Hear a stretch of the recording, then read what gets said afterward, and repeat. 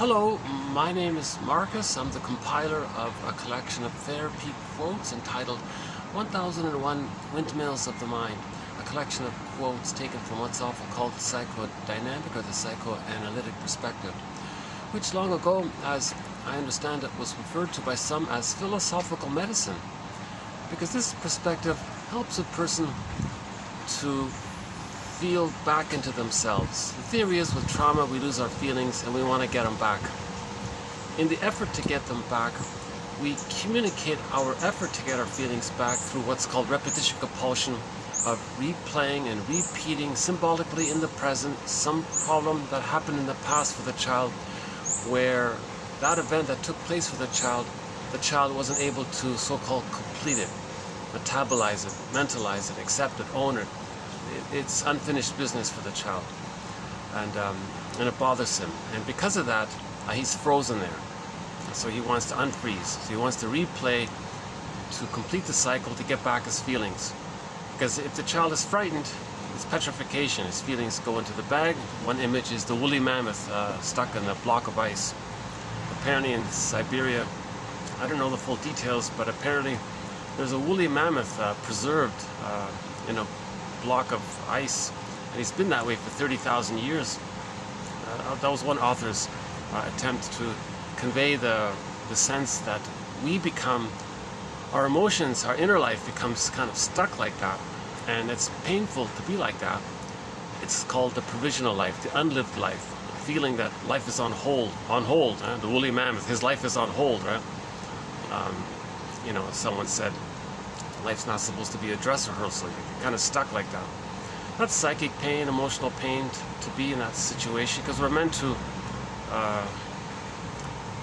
have psychological autonomy, access to the real self, be creative, generative, loving, creating, learning, and developing. You know, we're meant to have that kind of general dynamic, you know, for our lives. We have over 50 threads now to 1001 Windmills of the Mind. Themes, topics, e-booklets, chapters. Each of these topics discusses some facet of the psychoanalytic perspective. A key one is repetition compulsion. The theory that when there's trauma, the person wants to repeat, replay, reenact in the present the scene of the crime of the past, thinking magically it can undo it, change it, get a better outcome, and as if travel back in a time machine and get a better result. So the confusion is that the child lives in a state of timelessness. It's called primary process thinking. So if there's trauma during that time and he's stuck there, it's timeless. So the person does go through time, but he carries the timeless mind with him. Now the timeless mind is always using the current situation as an opportunity to spin off or replay. Is that a bird? Oh. By the way, yeah, I'll show you my nice little, this is my second video here in this little venue. So yeah, this looks promising. The second time out here.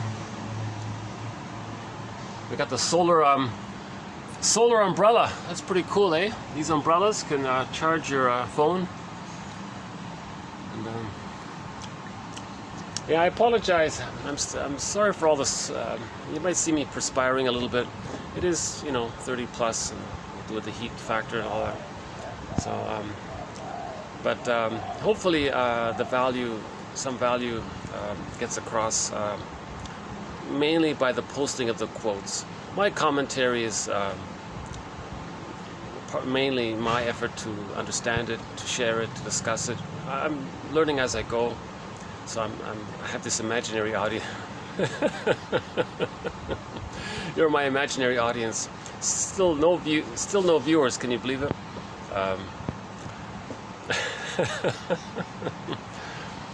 I got a feeling the psychoanalytic perspective will get some attention, and maybe the posting of my quotes will be helpful.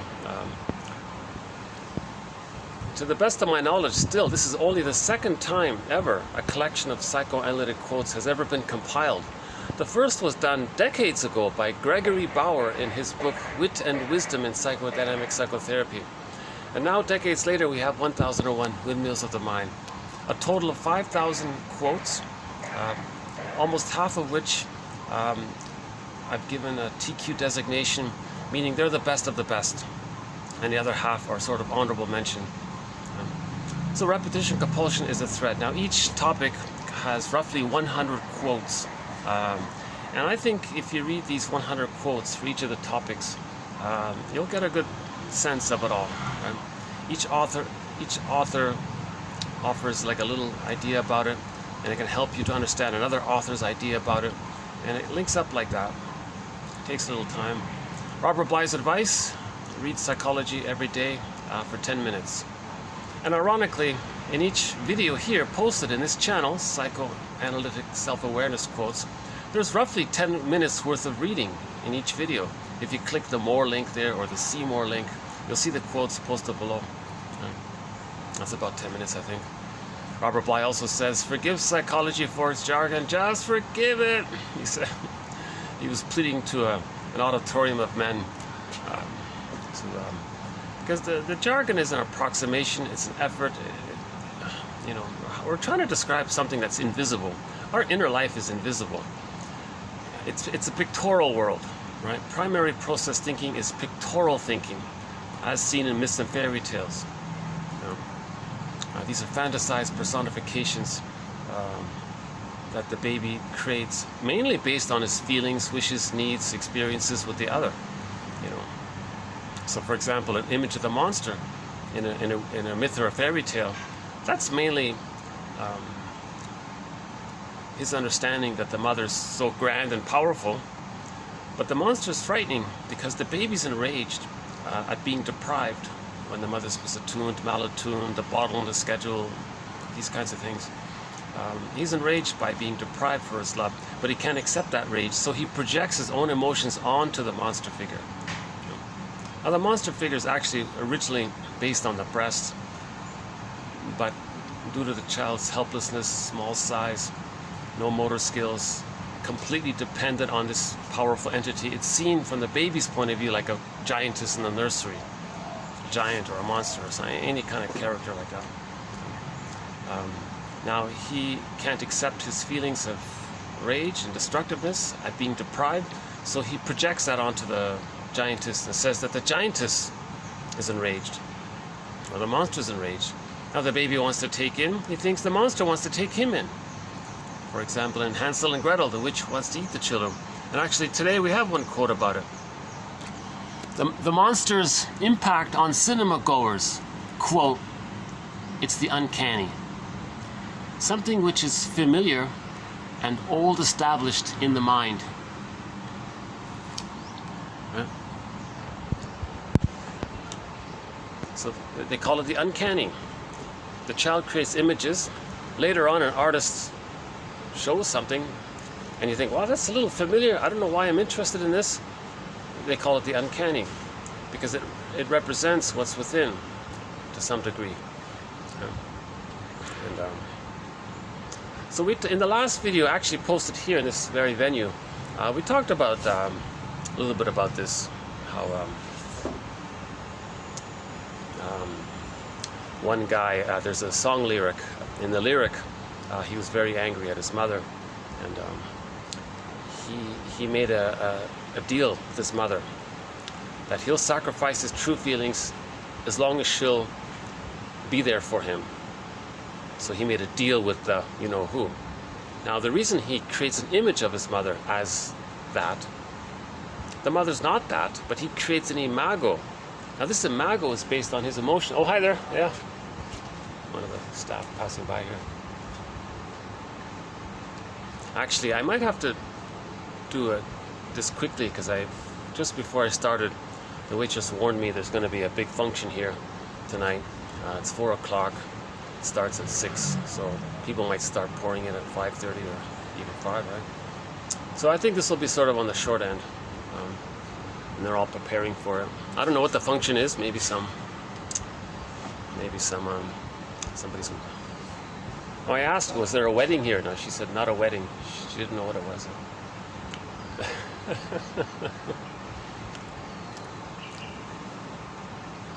Maybe somebody's,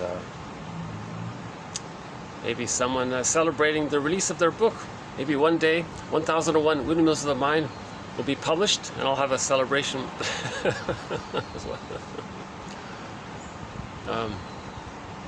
So yeah, these frightening images in stories and myths and fairy tales and movies, this immense appeal for these scary things, these are metaphors for the person's rage at being misattuned. That's it. Yes, the base upon which is maybe the image of the breast, but then that's it. The rest is the baby's emotions, his needs. Even if the mother's a little misattuned, she's not that dangerous. But the baby concludes she's dangerous. For example, if the baby doesn't understand time, if the mother's not around for a few minutes, poof, the baby thinks there's no mother, because there's no time. He doesn't understand that the mother may return. Now he thinks if there's no mother, he's not going to make it. So he's being hugely deprived. He's enraged by that. He can't feel it. He thinks the mother's enraged. So that's how he feels. That's to help him not feel that he's enraged. It's called projection. Projection. We attribute something about ourselves that we don't accept and say it belongs to someone else. Yeah. If you see me distracted, it's because the staff are probably doing their work or something. It's very hard to get a video done without interruptions. Luckily, my first video here, I was pretty much free to do it straight through, which was very rare. In the hotels, it's been impossible. I was bouncing around all the time. A 1 hour video would stretch into 2+ hours, or longer. Right?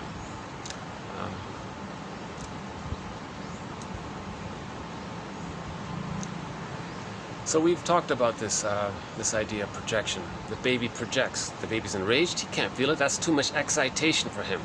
He can't handle that. It's too stressful to handle that. So he numbs out to it or disassociates to it. But in the process of doing that, he's going to attribute or assign his rage to the mother. So the mother's enraged. Now he creates an image, an imago now. It's called an imago of the devil character, or the monster character, or the demon character, Mr. Dis, any kind of frightening monster that wants to eat the child. To eat the child, because the child wants to eat the milk, right? Take in the milk, drink the milk, eat the milk. And the interaction, the loving connection, internalize and introject a sense of his mother, right? Yeah, hi again. Yeah.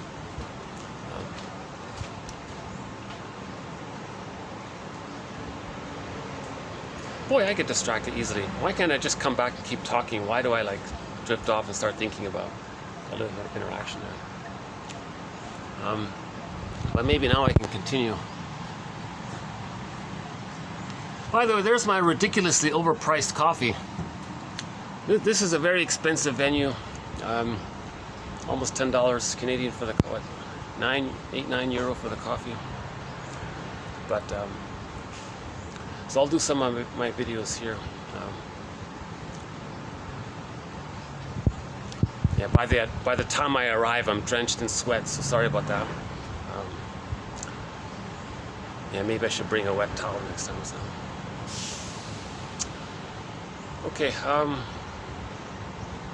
that's something to consider, because a lot of people confuse psychoanalysis. They think you're blaming the mother, you're saying all these bad things about the mother. No, we're talking about the image the baby creates, mainly, very partly based on his mother, but mainly infused with his rage and his needs. That's the image it's the internal mother. So the internal mother is not the same as the external mother. The internal mother is primary process thinking. Primary process thinking. Alice in Wonderland, myths and fairy tales, wildly exaggerated. It's a different world, dream world. The external, interpersonal world, the mother's just a regular woman, imperfect. That's it. But in the imaginal world, it's a monster that wants to eat the baby. I know. It's hard to figure that out. It all goes back to the premise that the baby's completely helpless, comes out of the womb way too early. Humans come out too early, so they're very dependent on the mother. They're very sensitive about this, and so you have to have a little empathy for the baby, and to make sense of what's happening to him, he thinks that he's relating to a devouring monster that wants to eat him. So that helps him to not admit the pain of having his feelings and needs gaslit, denied, unwelcomed by the mother. Some babies come out of the womb, and the mother, there's a theory that if the baby's removed from the mother for too long, and then when the baby's returned, the bond was broken, and the hormones that were created for the bond to continue into the extended womb were dissipating, and the mother's already kind of grieving. So she's in a bad mood already by the time the baby comes back, and the baby feels it, and the baby goes, "Who's this stranger? What is this?" And the mother might even be saying, "Oh, you're interrupting my grieving," although she may still think she accepts the baby, but on a maternal body level, she may be rejecting the baby. That's why, barring special emergencies and exceptions, again, I'm not a doctor, my disclaimer, but according to Klaus and Kennel, it's a very time-sensitive moment. At the moment of birth, the baby's handed directly to the mother. On the front, the baby might start even nursing immediately. Cord stays, placenta stays. So what if it's messy? Keep the smells. The room is warm, it's dark, you have candlelit. You want the continuity of the womb life, the mood and the continuity of the womb life to continue for the baby. So the baby enters into an extended womb life called the maternal holding environment. It's for the first 4 to 5 months. The baby's meant to still think he's in the womb. Yep. So the mother holds the baby. One suggestion that's been made is that the mother stays in bed for 4 to 5 months, and the baby sleeps skin-to-skin contact for 4 to 5 months, just to be safe. Right? The baby feeds according to his needs. The mother, constant contact for the first 4 to 5 months. Then after 4 to 5 months, the baby hatches out of the egg. It's called this. She begins the second birth, for the psychological self. The biological birth for the biological. The biological womb for the biological birth. Now we have the second psychological biological womb for the biological psychological birth. So we're talking about the psychological birth. So the psychoanalytic perspective is all about the psychological birth. How can we get the psychological birth?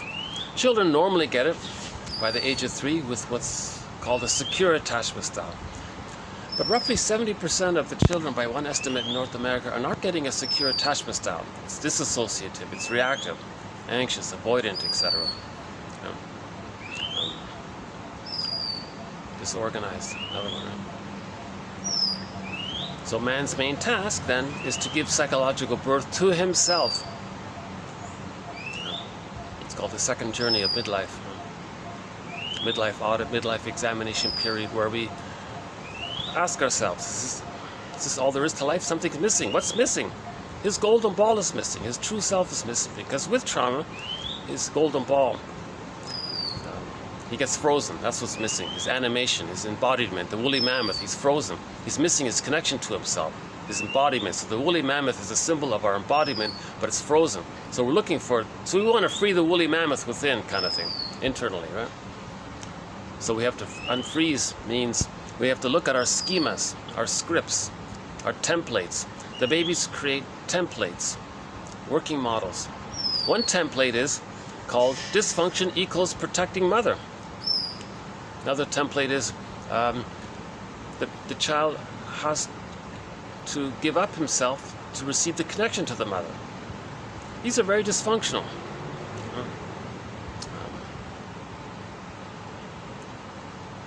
One template might be act like the mother and she'll feel better. He loses himself. He doesn't know who he is if he's just going to be a caricature of his mother. Another schema is do to others in the same manner that your mother did to you, to show up the mother, to show the world what the mother did to you. It's called a negative magic gesture. Mother shames the baby grows up and then shames others to communicate that his mother shamed him.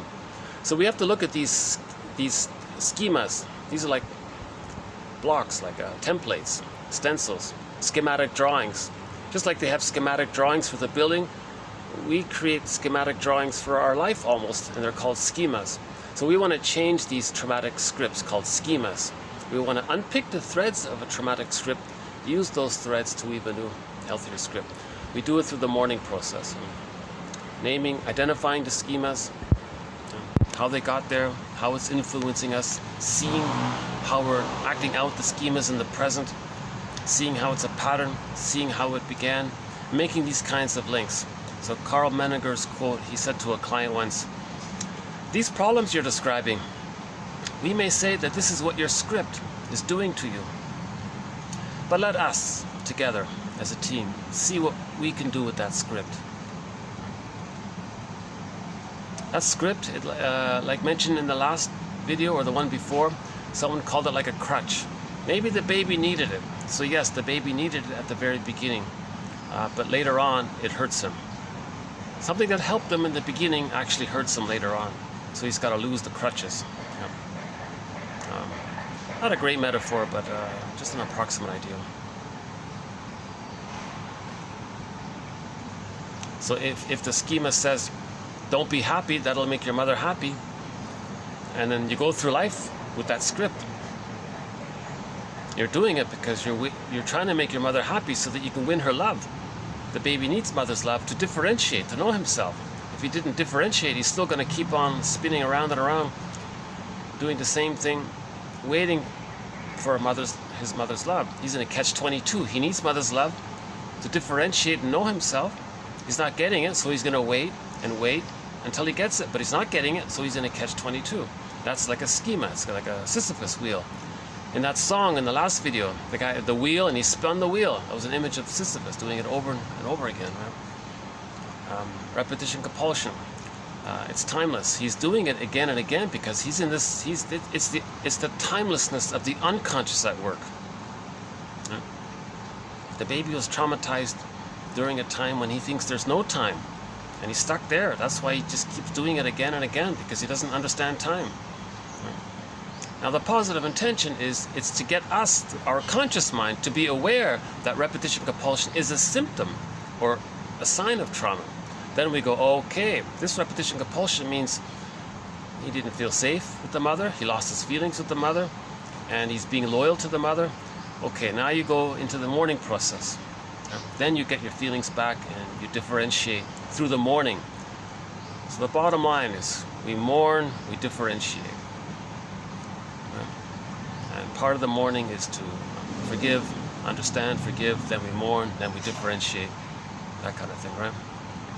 So in the meantime, people are going to cinemas or on their iPhones, they're watching scary movies. Why are they fascinated with monsters? Well, the baby has an image of his mind of a monster, actually. It's called the inner critic. It's scaring him, it's frightening him, and if we see it on the screen, maybe there's something familiar about this, but I don't know what it is.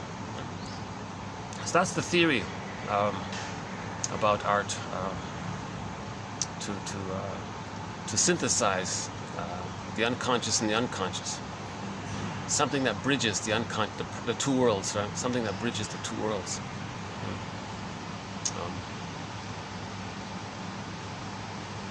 Otto Rank says, the uniqueness of cinematography in visibly portraying psychological events calls our attention to the fact that the interesting and meaningful problems of man's relation to himself and the fateful disturbance of this relation finds here an imaginative representation. Okay? That's sort of a good general starting point here.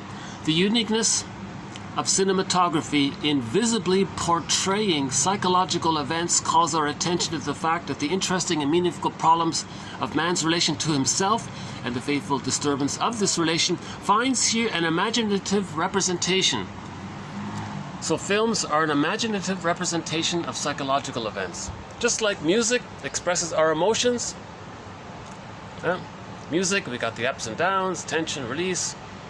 Maybe there's some change, maybe there's some newness, maybe there's some wish for peace and calm and tranquility, maybe there's anger, maybe there's so emotions can have these there's symbols for our emotions, and there's a lot of tension and release in the songs. Our emotions also have that quality of build up and relax, primary process is the relaxed. Secondary process is the active. The more active, and that's the more release one. The letting go. This is the tension buildup, letting go. We have a quote from Gilbert Rose who talks about this. Actually, in this video, we're going to add another quote to our thread on the psychology of art. Very early in our thread here. Repetition compulsion is fairly well developed.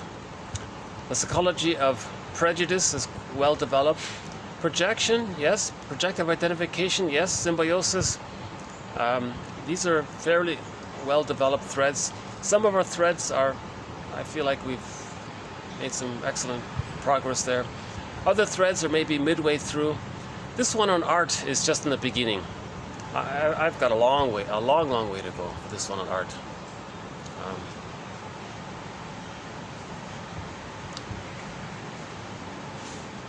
So maybe we'll just continue with this art, our quote on art here.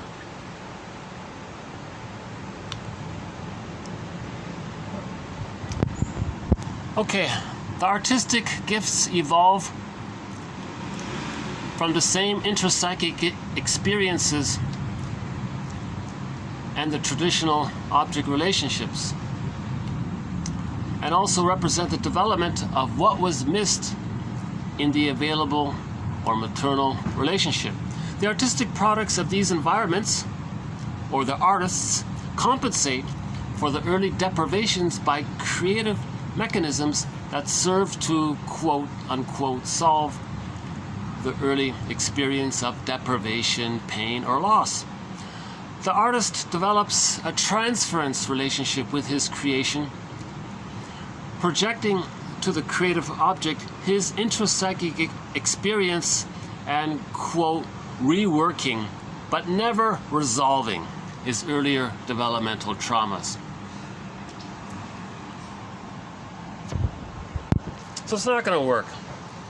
Some guy in a castle somewhere who has hundreds of beautiful paintings and sculptures of beautiful women, it's not going to zoom him back into the nursery, implant in his brain an image of having been loved by a loving mother. It's not going to work, huh? But he's trying to do that. He's trying to rework what happened in the past. So art is an attempt to rework what happened in the past.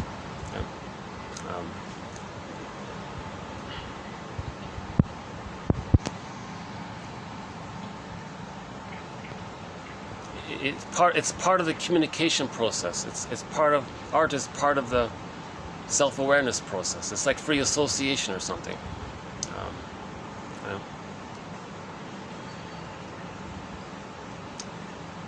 So art is in reference to what was missing. So in Toronto, there's a huge sculpture of a mother, a very curvy maternal woman holding a baby, and it's blurred into one. So that's what was missing for Henry Moore, maybe. If he's talking about himself or for someone else or for others or what, we don't know, but the image is, that's what we wanted, the maternal holding environment. So that sculpture in Toronto, where is it, College and something, College Avenue, University and College somewhere, it's Ontario, what's it called again? Ontario Art Museum or something. You can see it there. So that's something, so art is in relation to that. That's right at the very beginning. So most art is in relation to deprivation.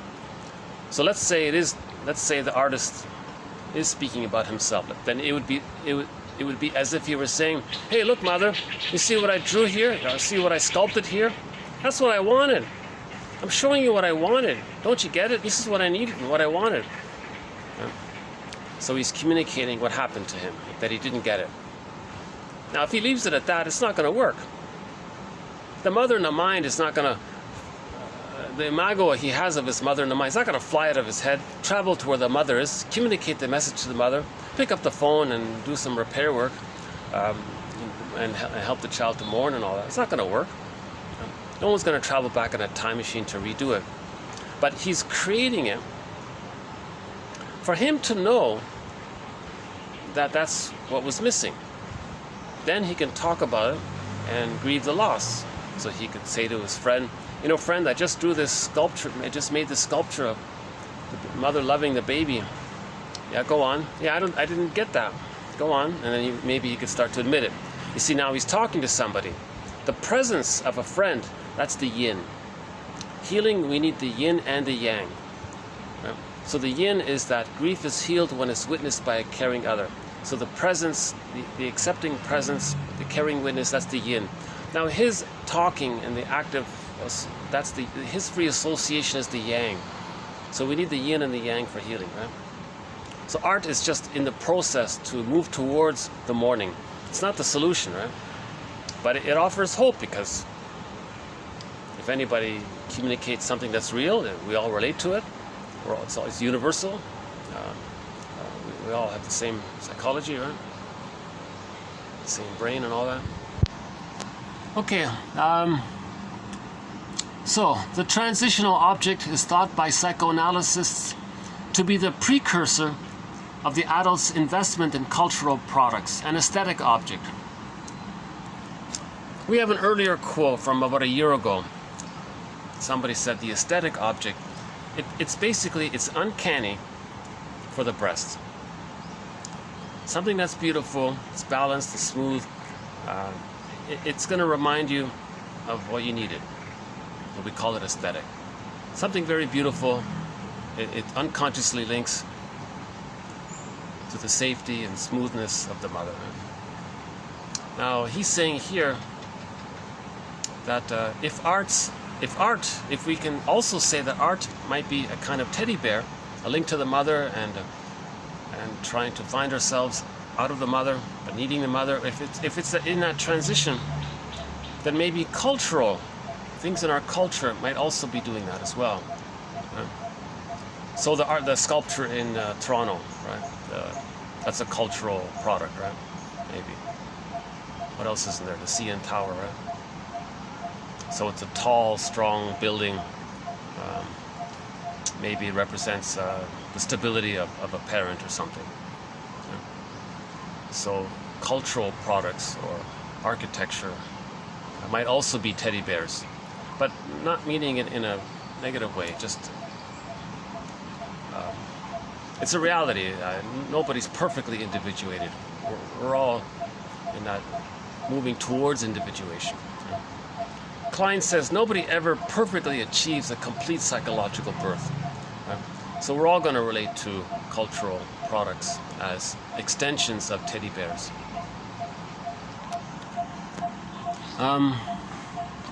The artist attempts to master inner conflicts and experiences what many of us simply ignore.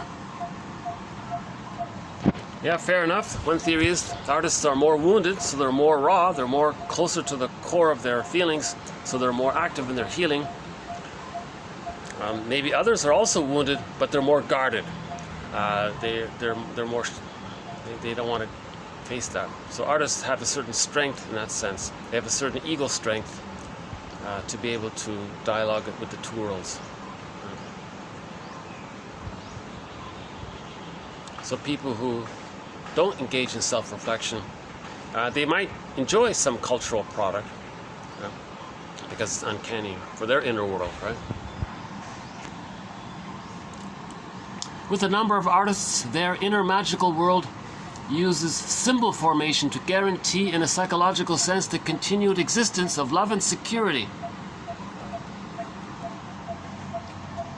So there it is, right? Deprivations from childhood. Art refers to deprivations from childhood.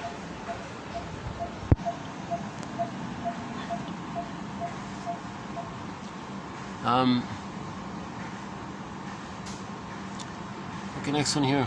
The capacity to shift from unconscious to conscious material is characteristic of the creative individual. Primary and secondary process thinking. Synthesis. So we're looking for a synthesis. Something that holds, links, bridges the two worlds, huh?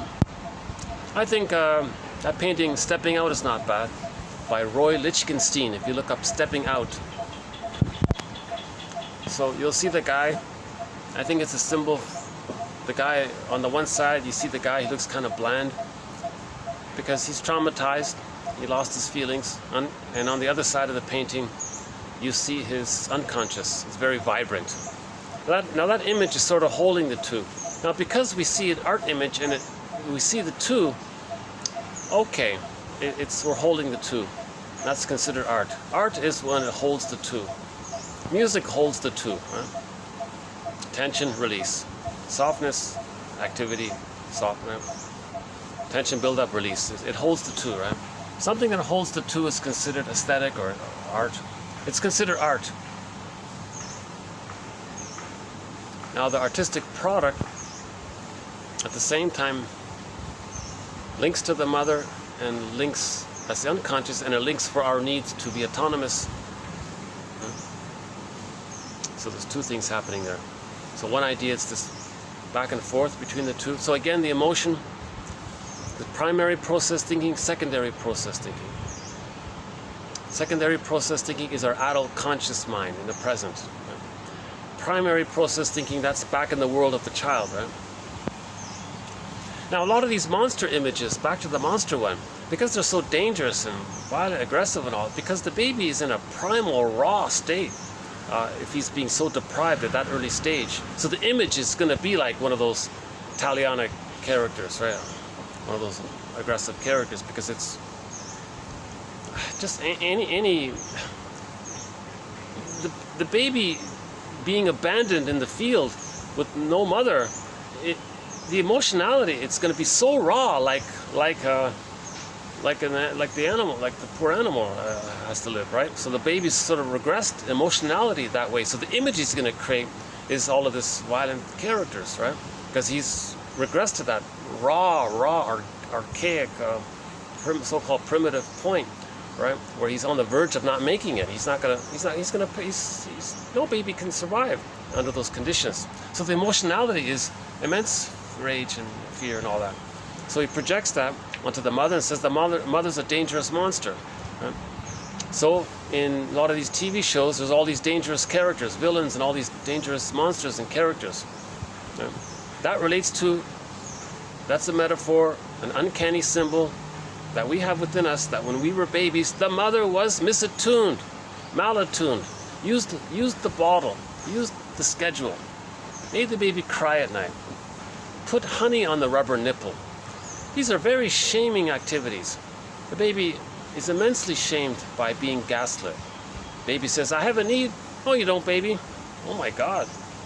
He's in a double bind. He can only turn to his mother for survival, and the mother's scaring him. Huge double bind. He's got to, how does he adapt to this early environment? So we had a recent quote about the idea that babies have to adapt. Just like in general, we say humans adapt to their environments. Well, the baby's first environment is the breast mother. How is he going to adapt? One way to adapt is to have this fantastical inner world that he's creating. Creates all these schemas, all of these deals he's got to make with the you-know-who, that image there. Now he's going to be loyal to that image, because that's the connection to the mother. That's the deal he made, to have some kind of connection to the mother. And he's stuck there waiting for mother to change her ways, to provide the love that he needs so that he can know himself. The child was born to know himself. The child was born to have a psychological birth.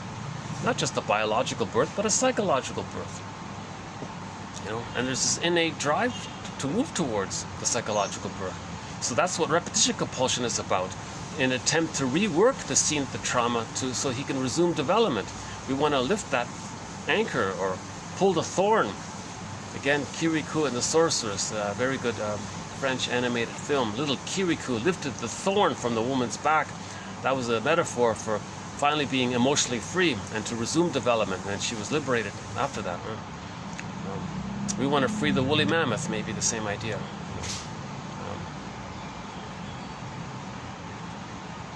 So repetition compulsion, noticing that we're engaged in repetition compulsion, that's a mirror to know that there's trauma. We create these mirrors for ourselves by observing our behavior. Projection is a mirror to see what's within. Projection is the means of bringing repressed material to consciousness. If a person is engaged in projective identification, where they're always coaxing others, taunting others, that's a mirror to know that when they were a baby, they tried to get mother to respond, and she didn't respond. You see? If they're acting like the mother, that's a mirror to know that they really gave themselves up. That's a really huge trauma. You know? Prejudice is a mirror that they're still using what's called a splitting defense mechanism, meaning they're still fused with the mother. They couldn't differentiate, and they created two mothers, good mother, bad mother, and they don't see the mother as one person. Nobody can differentiate if they see the mother as two separate people. The mother must be accepted and seen as one person. Then they can differentiate. The artist has the ability to, in a sense, live in both worlds, intrapsychic and the reality worlds. Some clients may do the same, but they are not creative in the communicative sense. That's a good little sentence there. So people who are dysfunctional also live in two worlds, but they're not creative in the communicative sense, other than their dysfunctional behavior. Their dysfunctional behavior, we're not calling that. We're not calling that art, right? Although there is one author that does call it art. Yeah, what's his name? George Valiant. There's a book called The Wisdom of the Ego. He says the baby being dysfunctional, that's a compromise formation. He calls that a kind of... Okay, next one, dreams. That's primary process thinking, dreams. In dreams, we displace feelings from one object or person to another, less emotionally loaded. Okay, again. In dreams, we displace feelings from one object or person to another, less emotionally loaded one. We condense images and symbols, and we use defense mechanisms to produce an image that is acceptable. In other words, art interpretation as dream interpretation. His point here is that we can interpret art the way we interpret dreams. So in the dream world, we can accept an emotion in relation to a person. We displace it and attach it to a safer one. That's displacement. Things can be condensed. An image can represent numerous things. The symbol and artistic representation is a depiction of repressed material. Again, the symbol and artistic representation is a depiction of repressed material. Material not readily available to consciousness. The symbol represents what has been repressed. Okay, so the symbol of the monster then, in the movie, you got the symbol of the monster. That's what's repressed. We're not aware of our rage, our needs, the disappointment with the breast mother. For example, this guy Van Gogh. Okay, Van Gogh's life was one of unprocessed pain. He produced lots of art. Most of his famous ones were done during the last 2 years of his life when he was hospitalized most of the time.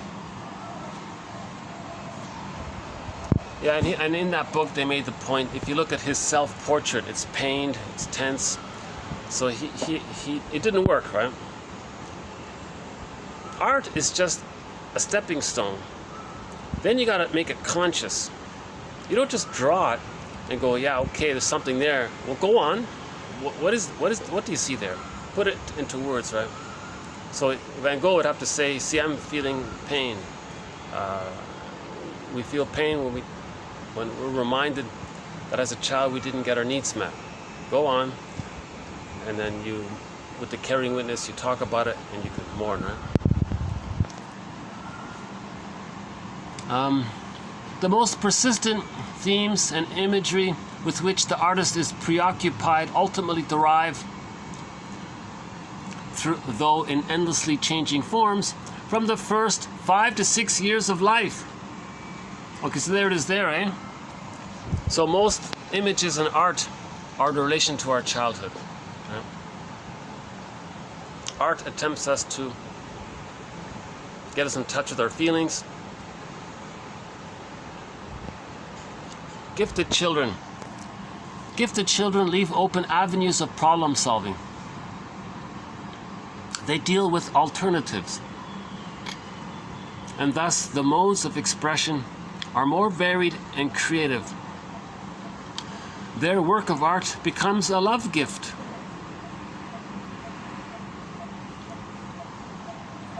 So this is our very first reference to this idea of the gifted child. So I don't have any other quotes on it, so I'm not going to say anything about it. But I like what this quote is saying. Some children leave open avenues of problem solving. They deal with alternatives.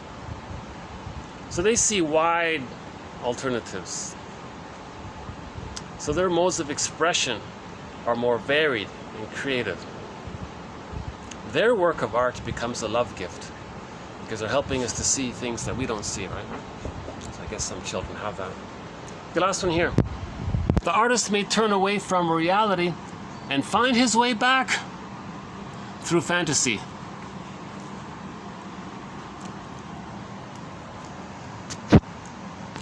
I guess that would be a good song to close up with. Find your way back, huh? Okay. So the artist might lock himself in his bedroom, I guess, or his studio. So he's turning away from reality, and he's trying to find his way back to reality through his artwork, through his fantasy. Yeah. Okay, these are all from a guy named Turco. The book is called The Architecture of Creativity. It's okay, yeah, not a bad little book, yeah. That book is filled with his biography, lots of history. So most of it is like the biography of Van Gogh and Michelangelo. Oh yeah, Michelangelo. The Mona Lisa, some people think that's his mother. I don't think so. I don't think so. The argument for that was weak. I don't think so. But I honestly speaking, I sort of skipped 90% of that book. It's mostly biography of these artists. Their difficult childhoods and all of their suffering, and so they're trying to find their way back.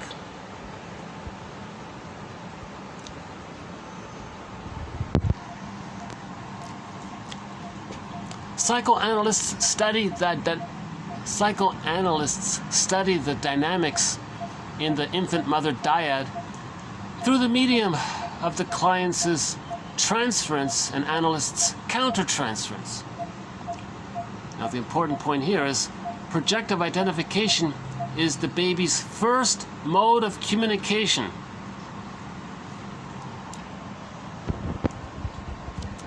So this thread on projective identification probably has the most quotes. Everybody talks about this. Almost everybody talks about projective identification. The baby in the womb is just him. He thinks that everything around him is there to serve him, take care of him, feed him, nurture him. The placenta metabolizes his elimination. The placenta sends down the milk, the nurturants, the love he needs, the food he needs. The placenta takes care of what he has to take out, eliminate. So he thinks he's a little god. Everything around him is just serving him. And apply that attitude to when he's born. Now, when he's nursing in the beginning, if the baby's distressed, the mother is meant to metaphorically metabolize his distress. So the baby, so now the mother is an extension of, it's this environment for the child. It's there to serve him. So if he's distressed, the mother's distressed from his perspective. Now, just like in the womb, everything got taken care of. Now, post-birth, biological birth, when he's distressed, the mother's supposed to continue. The mother's supposed to do what the placenta did. So the mother is going to metaphorically metabolize the child's distress, understand, perceive, accept, understand, welcome. She feels love for the baby and responds with love. Now the child is soothed. Oh, okay, he's okay now. Now because the child's brain is malleable, the neural networks are being laid down during that time, the child's brain is going to lay down the neural networks in relation to that. So the child metaphorically borrows his mother's brain, and it becomes now his brain, in the sense that the mother soothed him, he can now soothe himself. That's a complete cycle. So that's the baby's first communication. He feels stressed. Come on, mother, you feel distressed. Because he feels distressed and the mother's him. Now the mother is distressed, just like everything is there to serve him. The mother's there to serve him. The mother's going to respond. So that's the first mode of communication for the baby. Now, if the mother's not getting the signal, he'll try harder. He'll be taunting. He'll be more difficult. He'll do everything he can to make the mother feel what he's feeling.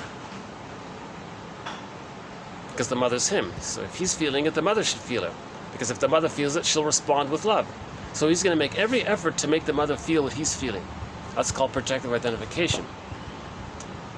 Now, if there's a problem there, if this doesn't take place, oh boy, in later life, they're going to communicate non-verbally with others in that way. They want to taunt others, tease others, harass others, do little things to annoy others, confuse others, distress others, make others angry, everything. Shame. Because if that doesn't take place with the baby, he feels shame, rage, confusion, anxiety, etc. So later on, he wants to coax others to have those feelings. But that's the limit of it. Because even if their friend is triggered and expresses his confusion, sadness, and fear and all that, the projector feels distracted from what's within. But that's the limit of it. So he gets a little bit of schadenfreude. He got the others to feel scared. It distracts him from how he felt scared. He feels that distraction is the schadenfreude. He takes pleasure in the other person's unhappiness. Yeah. And he's stuck there. And Sisyphus, round and around, it's dysfunctional. It's not going to work because no friend in the present can pick him up, put him in a time machine, travel back to the nursery. The friend morphs into the breast mother. The projector morphs into the baby. The friend, now as the breast mother, is going to provide the love. The baby's going to receive the love, and the neural networks morph back, hop back, return to the present. It's not going to work. That's why it's limited there. So people who engage in projective identification, that's a mirror. People who engage in projective identification, they don't make sentences, they don't make words, they're always expecting mind reading, they want to coax you, taunt you. If they get schadenfreude, that's projective identification. That's a mirror. If a person has schadenfreude, that's a mirror that they're using projective identification. Projective identification is just temporary for the first year, let's say. If it's still being used, that means during the first year, the mother wasn't there to complete the cycle with the baby. Now, in the therapy process, the person's going to coax, taunt the therapist or the friend to get him to feel what he's feeling, with the fantasy that the therapist can be the breast mother and provide the metabolization, and he can have the new neural networks laid down. But it can't be done. Nobody in the present can do that. That's a one-time deal the first 3 years. The neural networks are laid down. You can't so easily just have an interaction with somebody in the present and it's going to suddenly magically rewire your brain or something like that. It doesn't work like that. You might just feel distracted, a little better for the moment, but it doesn't change anything, right? So a lot of people with so-called difficult personality patterns, basic meaning an insecure attachment style, in particular, the personality patterns that spring forth before the age of 18 months, right? They're engaged in that. They're highly engaged in projective identification. You know? So that's one of our threads, projective identification. That's a huge topic, yeah.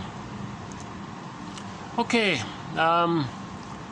one guy proposes that there are circuits within the newborn's central nervous system that specify the immediate co-presence of a complementary participant, which he refers to as a virtual other, whose potential is fulfilled by an actual other. The virtual other is a felt prospective waiting to be realized by an actual other. Other researchers have observed the infant's capacity to actively engage the mother, to cue a response from the parent from as early as 2 months, which suggests that the infant has the ability to attract or stimulate into the life,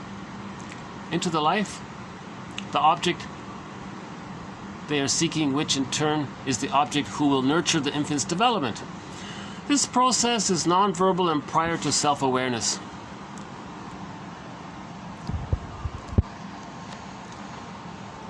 So we've been saying all along that all babies expect a mother. They have an innate expectation, an image already that there's a mother for them. Where's mother? So they come out of the womb, no consciousness, no self-awareness, no verbal skills. Where's mother? It's just automatically saying, so all babies have that. And they're going to try to cue from the mother a response. If they don't get the cue, later on, they can be very belligerent to force others to respond to them.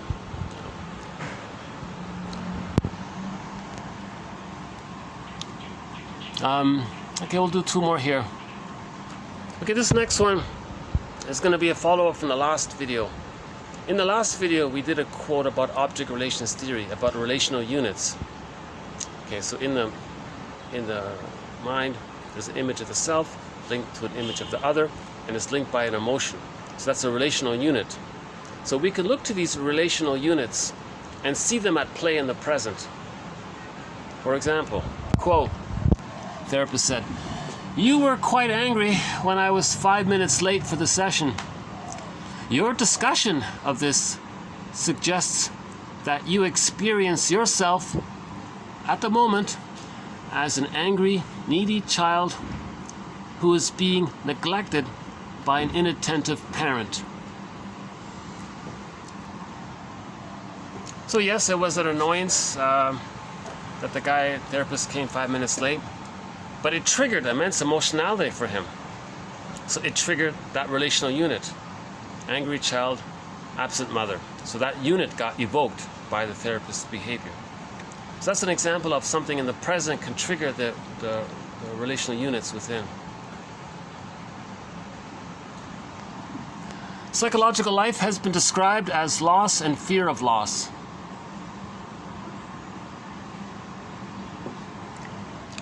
And this last one here about how do we measure the effectiveness of therapy? He says it's difficult because of the so-called sleeper effect.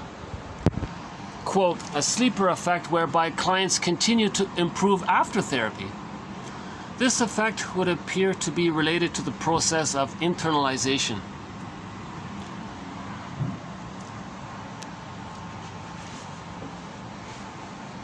That's the idea of the therapy process. One of it is that the therapist consistently is there in support of the person's psychological birth. Eventually, that may lead to an image of the other, that there is an other, mind, imago, of someone, or an image of something, a presence supporting his growth, linked to a part self-representation that feels supported for his psychological growth. And the linking affect is encouragement, love, appreciation, immense gratitude, immense hope, immense... the feeling you would have if you had a real mentor really caring for you and really guiding you to grow.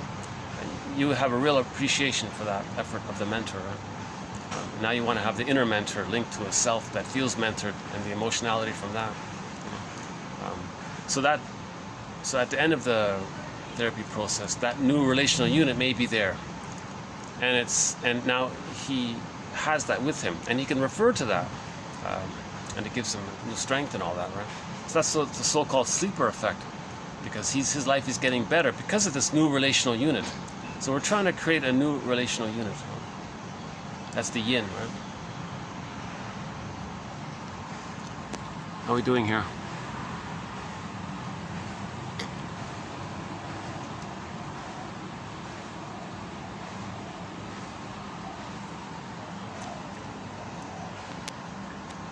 maybe I'll just take a little stretch here. I did do this video in a rush. I sort of rushed through some of these quotes.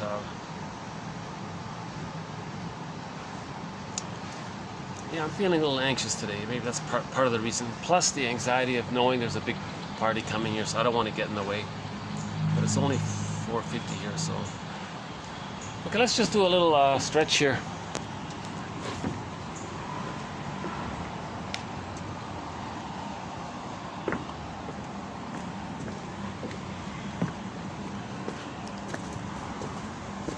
Yeah, nice little restaurant here. It's probably the most expensive restaurant I've been in here so far in the city. $10 for a little coffee, Jesus. That's about €9, eh? Yeah, that's too bad. But maybe I'll just come here once a week or something. Got the nice bamboo here.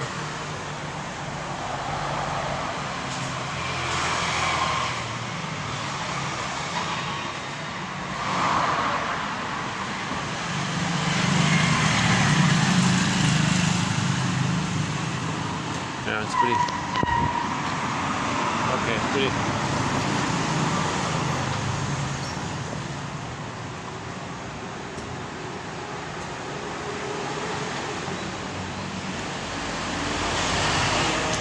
But I must confess, for me, this topic of art does make me a little more conscious of the idea of art, of its positive intention, right? Its positive intention. It's to get us in touch with something that's repressed. We have feelings that are repressed, needs that are repressed. Art is an attempt to to make us conscious of what's repressed, right? We want to make the unconscious conscious. So art can help us make the unconscious conscious. So that guy, Van Gogh, he looks at his own self-portrait. Did I get it right? Was that him? And he can see, boy, I'm in pain here. You see? So he created a mirror to see what he's not aware of. He's not aware that he's feeling so much pain, maybe. So he draws this painting of himself, and it's meant for him to see.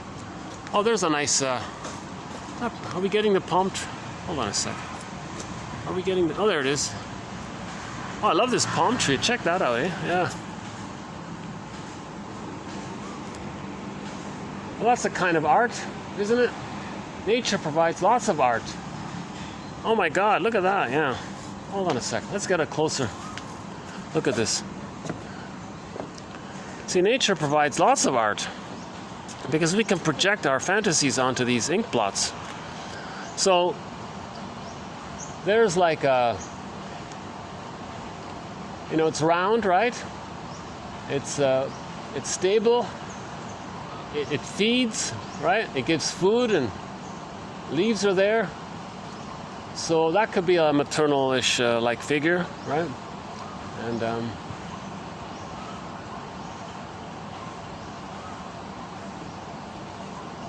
it has a sort of a giving quality, the giving tree, right? The tree that gives. Right.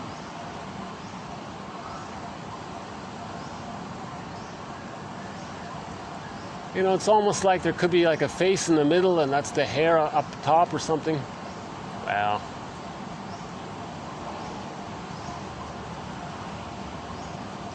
So what in my unconscious can I bring up by this image here? Something from my unconscious. Let's see.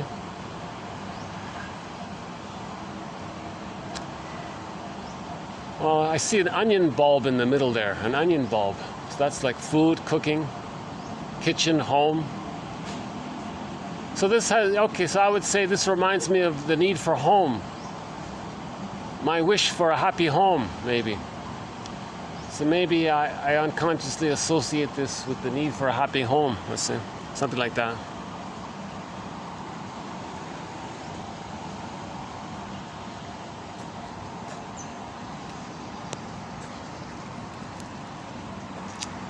Yeah, that needs a lot of work, that thread on art.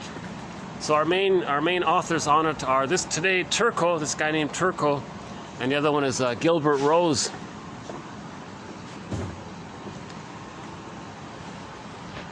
Yeah, Rose is the one who talks about this interplay between primary process thinking of the unconscious and the secondary process thinking, and the art piece is symbolic to link the two, because then it brings up the one, the primary one. Right? So it synthesizes or holds the two, and we feel an appeal by that.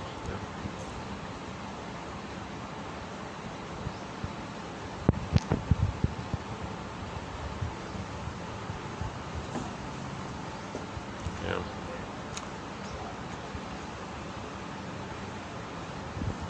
Anything else here? Okay, the uncanny. Yeah, so, what's the name again? Oh, Mel Faber. He talks about the uncanny quite a bit. He says the gambit of religion, by the way. Yeah, one of our threads, religion. He says that the guy at the podium there says to the people in the audience, hey, everybody. He doesn't use the breast, and he doesn't use the word placenta, but he'll take all the adjectives for those two and say, hey, everybody, imagine in the sky an entity. It loves you, it knows you, it's always there for you, unconditional, and he describes the breast and the placenta. It accepts you unconditionally as the placenta, right? Mother accepting you. It nurtures you, it's there for you, it sees you, it knows you, sees you, it knows you, cares for you, nurtures you. And it goes on and on and on like this. And people go, okay, yeah, that's uncanny. So it's like art, right? What Edgar Allan Poe said, it's art. And then the idea, the gambit is, the guy at the podium goes on and on like this. His purpose is to trigger in the participants there a memory of an experience they had when they were babies of being nursed. So the guy, he's evocative and he's dramatic and he's going on and on about it. He's basically saying, come on, don't you remember one time you were safe? And you might not, at first you might not go, what are you talking about? And he goes on and on, and he gets you to imagine more and more. Then maybe it's a trick, something happens, something in the unconscious comes up and you go, click, whoa.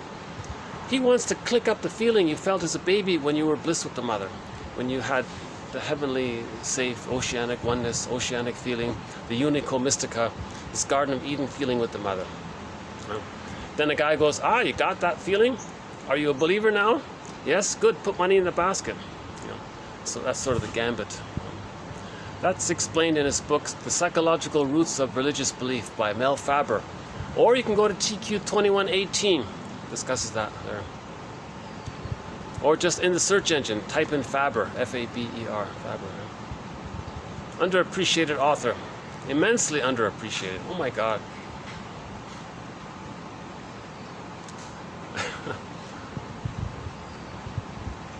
You know, the genius of his writing is that he actually extracts the exact words from the books, the religious books, and points out how they perfectly describe the breast and the placenta and all these things. Lloyd Demas focuses on the placenta. Mel Faber and others focus more on the breast mother. So it's uncanny, right? So anything that's uncanny, it means it's getting you in touch with something that's repressed within you, and you feel a connection that way, and you feel you're drawn to it that way because we're trying to make the unconscious conscious, right? But the guy at the podium there, he's not going to go further with that. He just wants you to get your little feeling there and leave it at that and take your money. He doesn't want you to be conscious. He's not going to say, everybody, let's read Mel Faber's book today. No way. A lot of people will be freed. Oh my God. Religion was a crutch that you never needed. Because it's imposed on you post age 5, so you never even needed it after age 5. Right?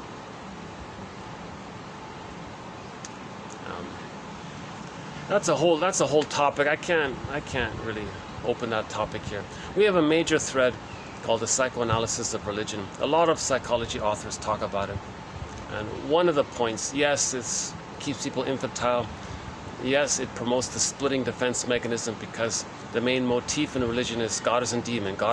That mentality is what happened in babyhood time when the baby needed to create or manufacture an image of a loving mother to fantasize whom he's relating to not face the pain of relating to the monster image of the mother that he created. So he creates another mother, so he has two mothers.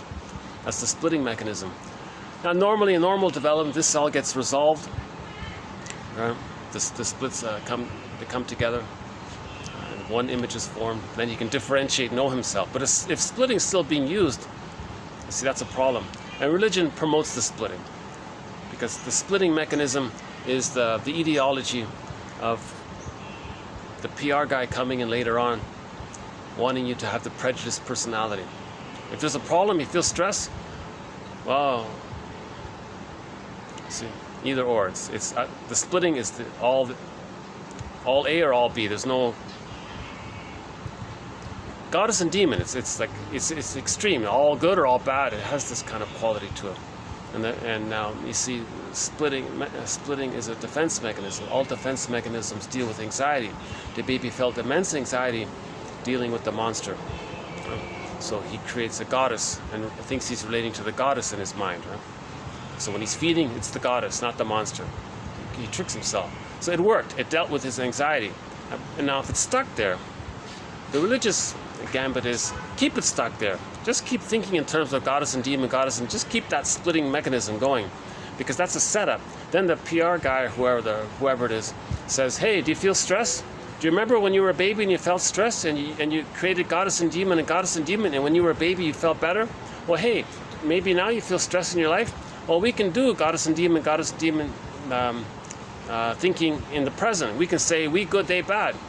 See that? Okay, now if you feel stress, now he's doing that because that's part of the plunder system. In order to plunder the psychology of us versus them, or us either or, that mentality has to be evoked up. So religion sort of sets the stage for it because it keeps it going. Right? Trauma at the beginning creates it. Religion stabilizes it. Religion is there to prevent healing, because normally there'd be healing taking place. Religion says, no, don't heal.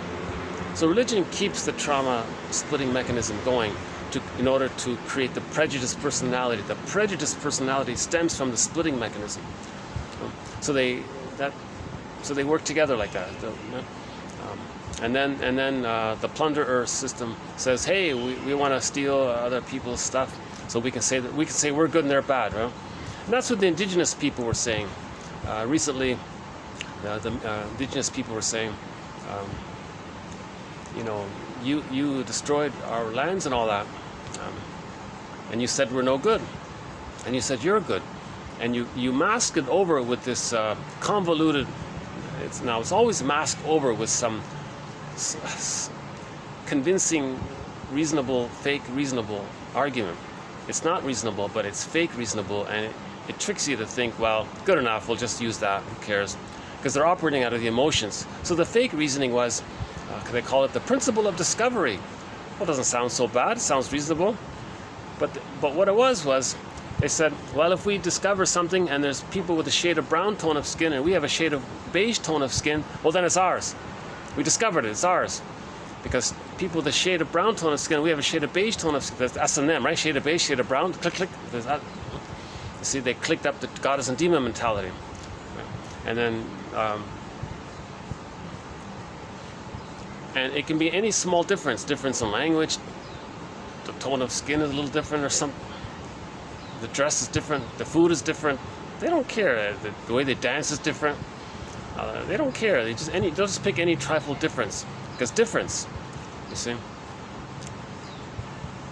The baby can know that he's different from his mother if he's loved. Now when he sees others that look a little different, it triggers that he didn't get the love for his differentiation. For him to appreciate difference, it means he differentiated. Then he can appreciate difference because he's different from the mothers. That's the template to accept others for the way they are, accept their little differences. So what if somebody has a scarf of this color and they have a scarf of that color? It's such just trivial little things, right?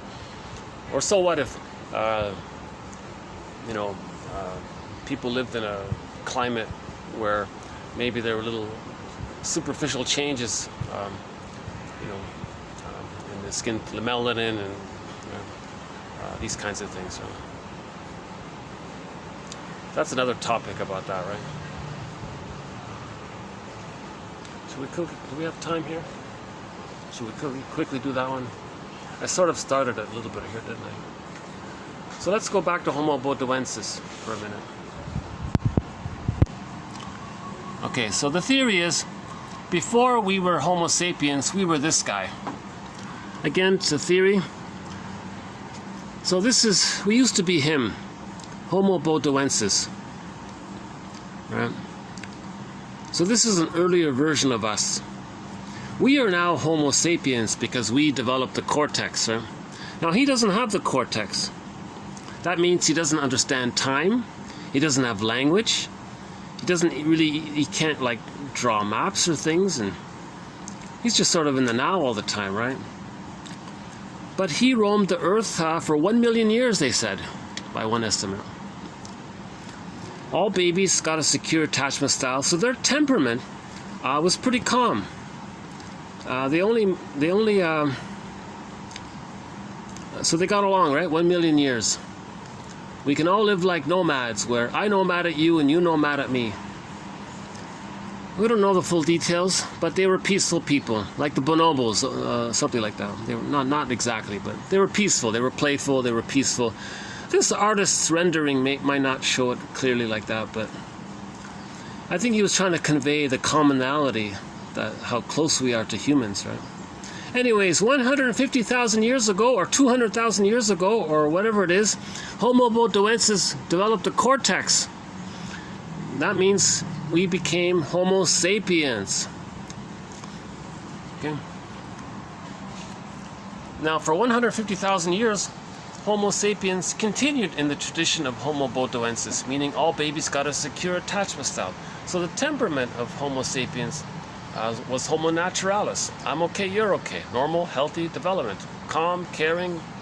There was no schadenfreude, cynicism, envy, all these kinds of paranoia. All these things weren't there.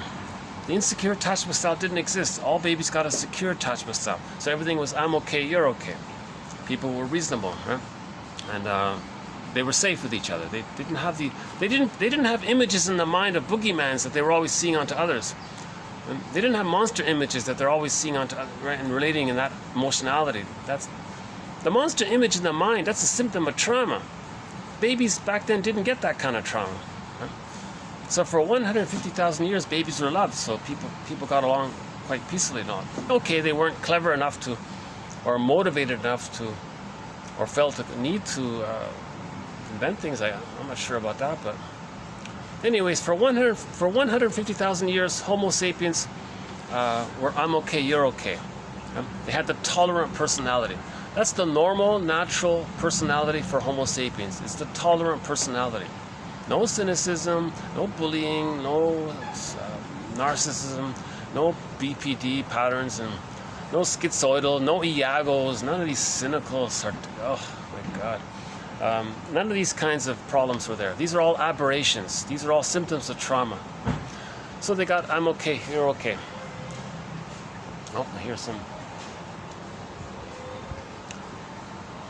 It's always on my mind, when is this group going to appear? I should maybe finish before they arrive.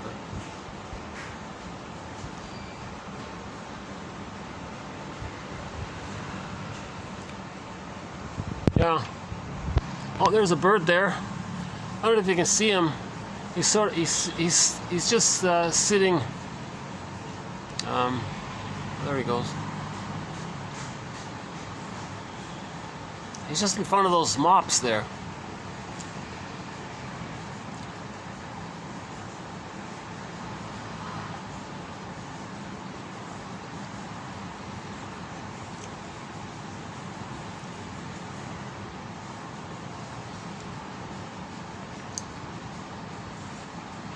Yeah, he's drinking the water now. Yeah, can you see him drinking water? Yeah.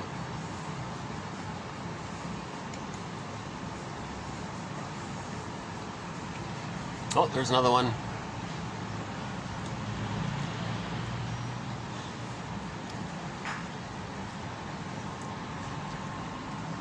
So we can maybe briefly say it was tolerant personality, Lobo village, Homo naturalis. And then 10,000 years ago, farming was discovered.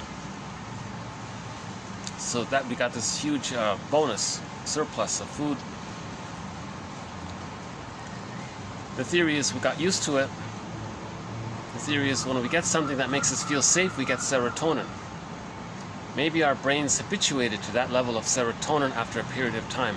Then maybe there was a weather problem. The woolly mammoth got frozen in the ice or something, right? Maybe there was some kind of weather problem. So people panicked because if they don't get what they got that gave them the serotonin, they're going to feel stress. So out of the panic, they went from global village, they decided to pillage. Now we became global pillage out of a panic. Now how do you pillage? Because people have a tolerant personality. In order to pillage, he said, you need a pool of poorly paid workers to do poverty. You need poverty in order to get the people to do all the work. But that's not our nature. It's not natural to do that. We don't treat each other so rottenly, right? But the theory is maybe there was some kind of manic panic. So what did they do? They suffered the children. They traumatized the babies, because knowing intuitively if they traumatize the babies, they're going to develop the splitting mechanism which is needed for the prejudiced personality. The prejudiced personality then leads to the us-them mentality, either or mentality. Very sad state of affairs. Then some people said, well, those on the other side of the river are no good. Reference triggering up the demon image in the mind. Oh, really? Splitting deals with anxiety. So if they felt anxiety, evoke the splitting mechanism. You know? Or sometimes take a break and fantasize the breast in the sky when you feel better that way. But you're still, the splitting is still there. Right? So then they created a pool of poorly paid workers who did all the work. Now to prevent the healing, to block healing, they invented religion. Because in religion, they'll just say, goddess and demon, God, keep the splitting. Okay, if you need a break, okay, fantasize the breast in the sky, you feel better. You're a believer, you're a believer. So they keep you infant, they want to entrench the ongoing use of splitting because prejudice is needed for the plunder. If we don't have prejudice, we're not going to plunder. We're going to cooperate, just work it out, just friendly, in a natural, reasonable, normal way, right? The way two good friends would work out something. You know?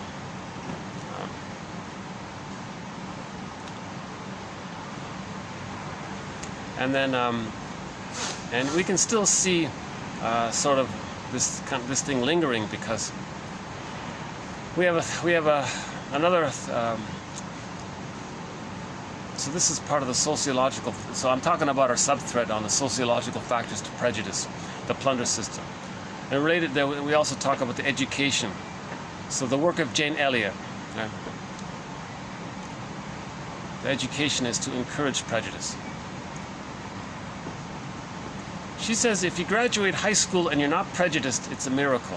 You should have failed. You should have gotten an F, she said.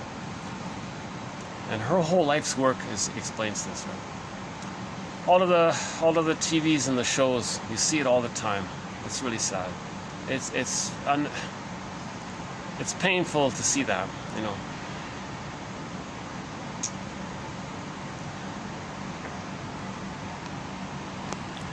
Because it's absurd. It's absurd. We all live under the same sun, reminding us that we're one. Right? But we're confused because we panicked 10,000 years ago. My approximate idea is, what if everybody won $1 trillion today? Wouldn't there be this mad panic? Wouldn't there be this confusion? Maybe in effect that's what happened 10,000 years ago with the birth of farming. I don't know, just approximate guess. And by the way, 10,000 years ago there were people who said, "Don't do it. Don't farm. You're upsetting the balance in the ecosystem and all that." Those are the indigenous people that we know of today. You know. So let's say everybody won $1 trillion today. There might be some people that say, "No, don't do it. It's going to cause problems." It's a similar idea, right? Such a cute little bird. There he is in the tree, eh? This is my first sort of semi close-up of this bird. Yeah, oh, there he goes. Okay.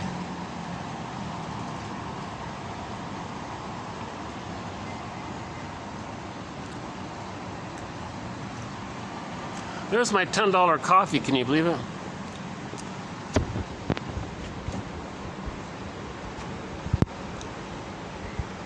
Yeah, I feel the effect of that. If coffee's going to be $10 here, I'm not going to be able to come here right every day, kind of thing. Right?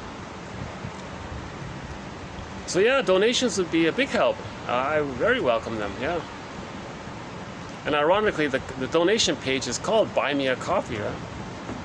So the link is there if anyone is in the mood to help out this compiler of the quotes. What do we are here? 5:14, Friday the November 11th here. You know?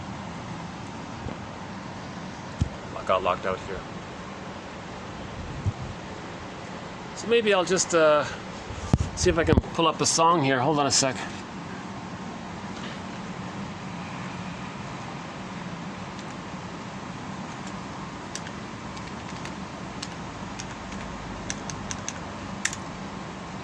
Home overdoses. Okay, let's we'll talk some more about you know, I've never played this song. Here's a song called Luhu, L-U-H-U. The English translation of it is simply look. This is the theme song to a very good TV series, an excellent, very colorful, very rich historical drama called The Tale of Yanxi Mansion. Oh, Palace, sorry. The Tale of Yanxi, Y-A-N-X-I, Palace. So there's a TV series called The Tale of Yanxi Palace. I watched some of it. And this is the theme song. Well, the theme song takes a part of the song. The theme song is a portion of the song here. So here's the full song. So yeah, we've never played this, so why don't we play this here? Song called Look.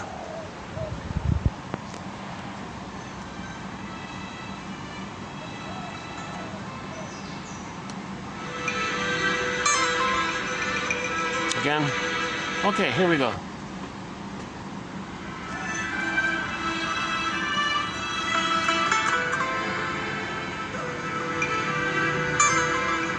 That's the cast of the show there.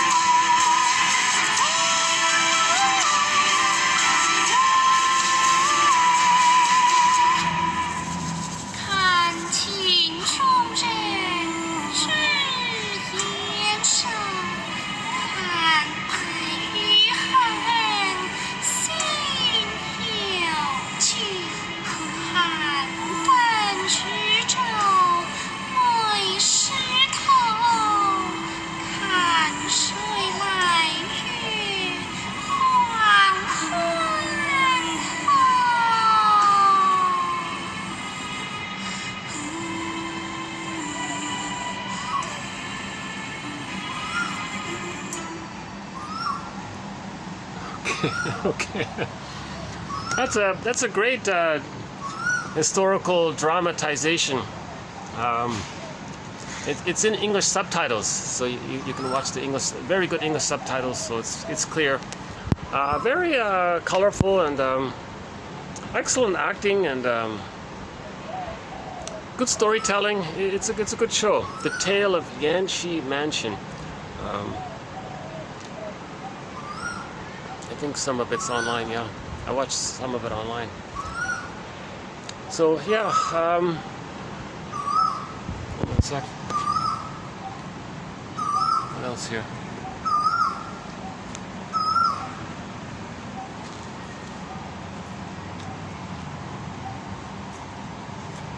I'm not sure what these are. Some kind of flower. I'm sure they're...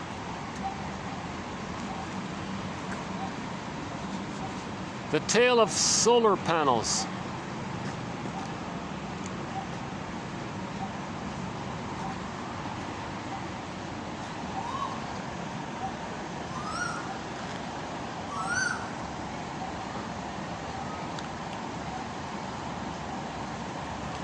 The Tale of Nature. The Tale of Trees. The Tale of the Birds.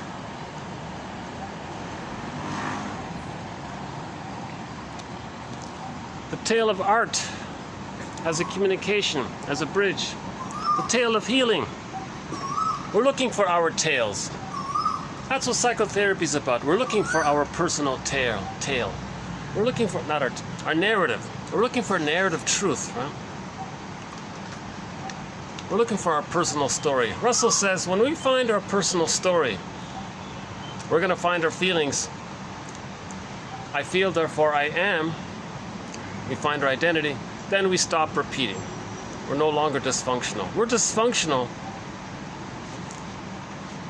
to stay loyal to the imago image of the mother. We're staying loyal to the mother still. It's a frightening image, so that's why it's so stuck. It's so hard to break free from that image. The more frightening the mother is, the more the baby clings to the mother. So there's a negative symbiosis there. So we're going to repeat the script related to that frightening image to be loyal to it because we're stuck waiting for her love. We can wait and wait through our dysfunction. It's not going to work. Or we make a conscious cry, have a good cry, learn about it, accept the truth, face the truth. And as we do, feelings come up and we can differentiate. It's all condensed. Finding the truth, getting our feelings, differentiation, identity, it all kind of goes together. It's not a perfect sequence like that. So we're looking for differentiation, psychological birth. I'm okay, you're okay. Anything other than I'm okay, you're okay is an aberration, is a problem, right? All of these personality patterns, the codependent, the clinger, the stingers, the narcissist, then you got the bully patterns, then you got the Iago ones, the schizoid ones. If you read the Enneagram, the 9 types, if you read the unhealthy versions of the 9 types, that's a quick way to describe it.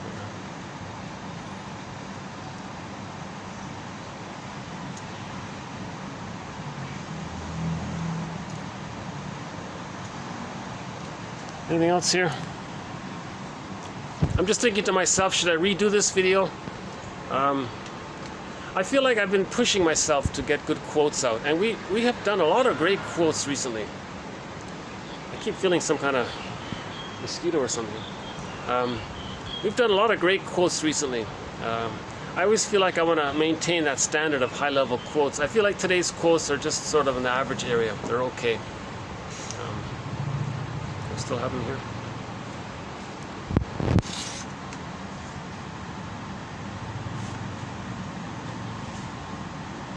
Oh yeah, do we still have them? Yeah, here we go, still here. Yeah, they're not bad. What do we do here? Oh yeah, the monster, the uncanny, okay. Projective identification, okay. This innate expectation that mother's there, okay. Oh yeah, the sleeper effect means we get better over time because we had positive experiences. Okay, projecting The relational unit in the unconscious into the present, okay. Film describes inward. Psychological life has been described as loss and fear of loss, okay. Oh, one more here. Neurotic traits,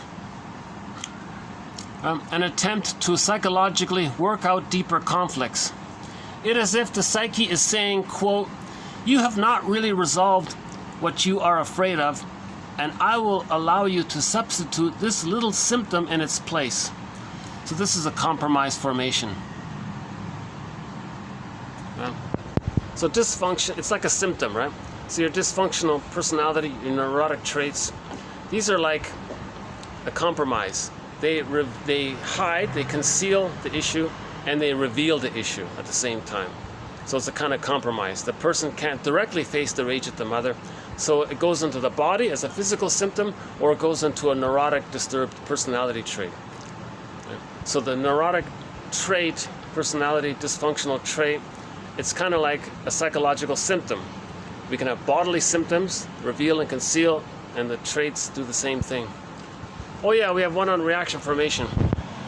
Okay, the client's reaction formation involves denying hostility and replacing it with kindness or praise, but never resolving the underlying anger. Okay, just so we have a thread on reaction formation. We're sort of midway in that one. Reaction formation is not a cure. It doesn't work. It gets you in touch with what you're denying. So reaction formation is you're conscious of the opposite.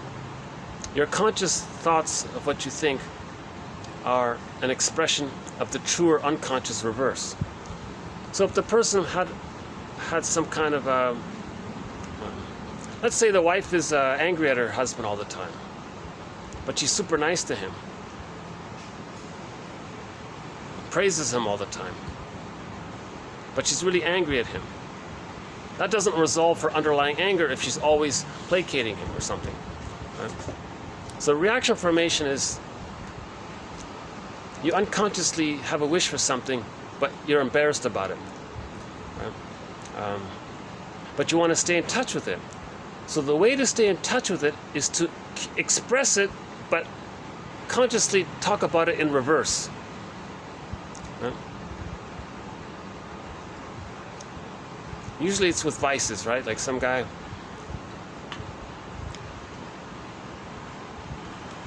So one example was the guy that strongly said affairs are horrible, but he really wanted to have an affair,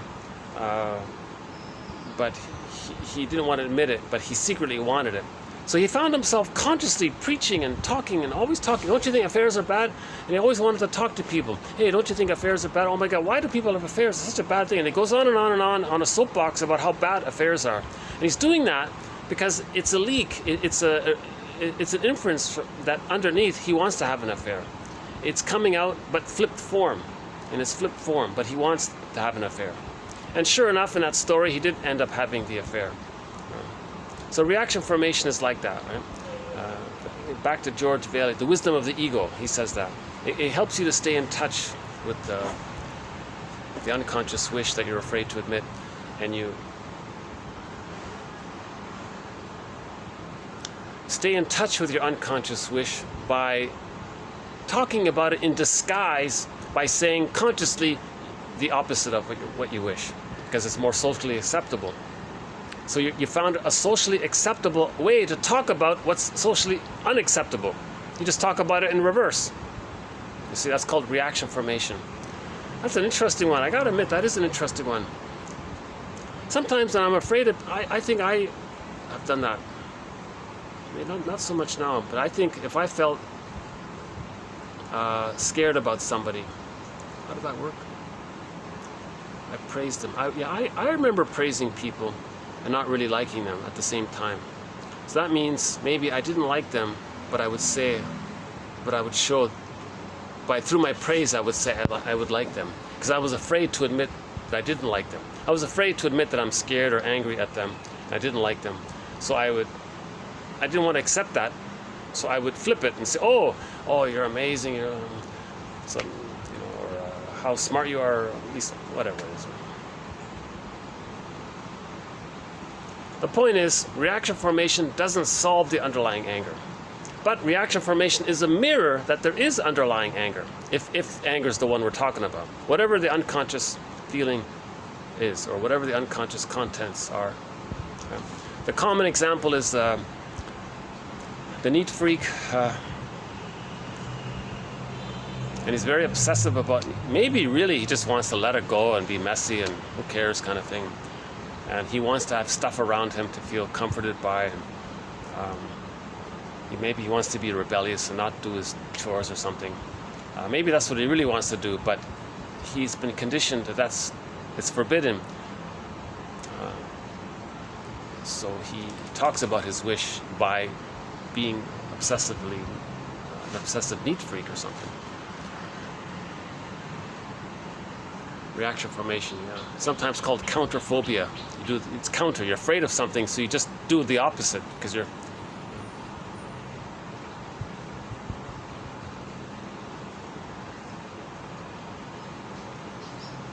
So someone does something suddenly, but they were afraid of it all along, and to get away from the fear of whatever it is, they just suddenly did it out of a counter-reactive reaction formation.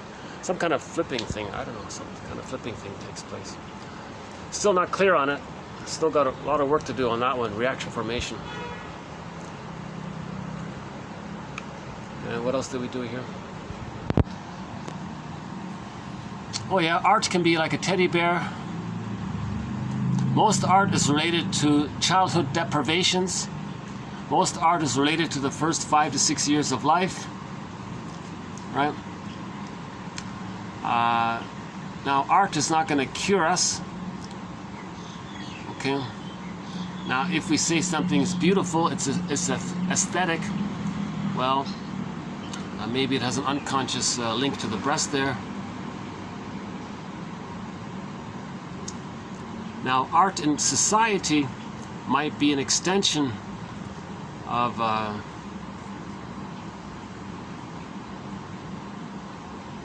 our quest for love and security. The artist is maybe more pained, and that's why he's engaged in art. Others are also pained, but maybe we're so pained we can't engage in art. So not really sure, no one really knows why someone becomes an artist. But anyways, the artist has the ability to live in both worlds, the inner and the outer, right? And his productions reflect that. So he can shift from unconscious to conscious material. I'm reminded again of the singer Billy Joel. He said that. He said he had a dream, he woke up and he had this melody. Oh, there's the little bird there. He heard a melody and he wrote it down. So unconscious, he was in touch with the unconscious. He remembered the melody he had in his dream, in his night's dreaming. Now when he woke up, he had the conscious ability to put it into form. He could draw the notes. So there's the unconscious. So he lives in two worlds. The unconscious, all artists live in two worlds. Something from the unconscious, linking it to the conscious, and the artistic product is a reflection of the two. So his song is a reflection of the two because he could write down the notes. He was conscious.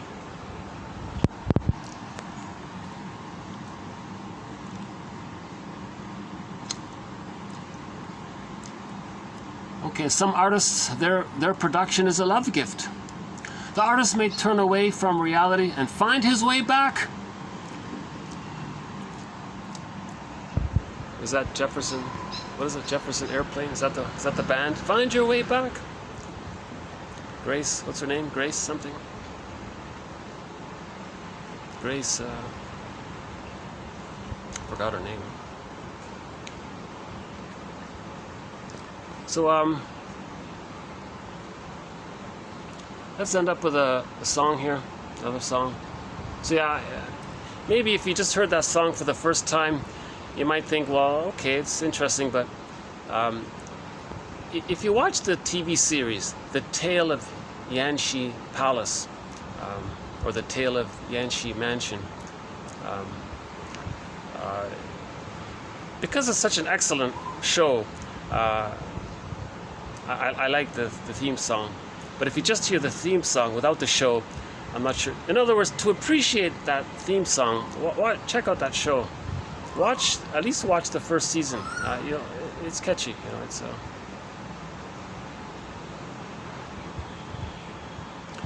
It features the young lady. The star is the young lady, and she's a bit of a genius there, and you gotta appreciate her intelligence, and so she's beautiful, intelligent, and she has all these different challenges to go through. It's an interesting story. You know? And I didn't see the conclusion, so I don't know how it ended, but I'll get to it eventually. Let's end up with some one of our musical voices. Claude McKenzie is one of our musical voices. So let's end up with some Claude McKenzie here. A song called E. He sings in his first language called Inuktitut. A song called E Uasian, something like that.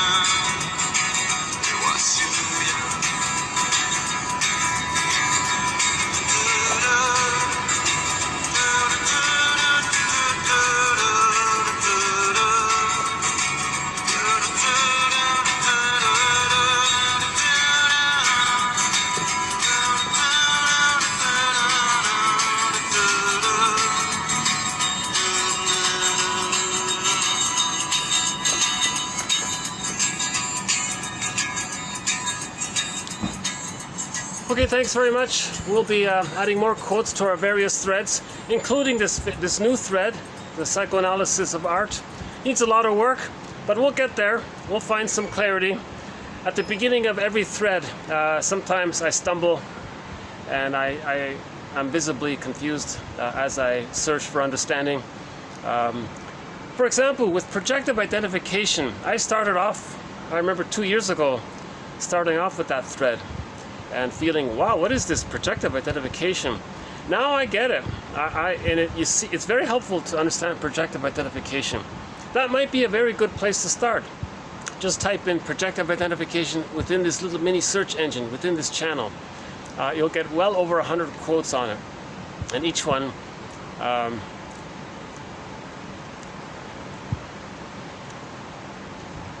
it all goes back to the babies. It's the baby's first way of communicating with the mother. If there's a problem there, later on, it's dysfunctional to do that. Yeah? So, if you don't understand people taunting you and provoking you and trying to push your buttons and all that, because they want you to feel what they unconsciously can't feel. You see, and it's stuck like that. Yeah. The solution is to make I statements. Another one of our threads. So we have another excellent thread. It's called self-help exercises and quotes. And part of it is how to make an I statement. That topic on how to make an I statement is so important that has become a separate thread in of itself. How to make an I statement. So we just recently discussed a version by Susan Campbell, but the main one we're using is from Marshall Rosenberg, called Offner. I won't do it here. Do you hear it? Let's see. Oh, there's another palm tree right there.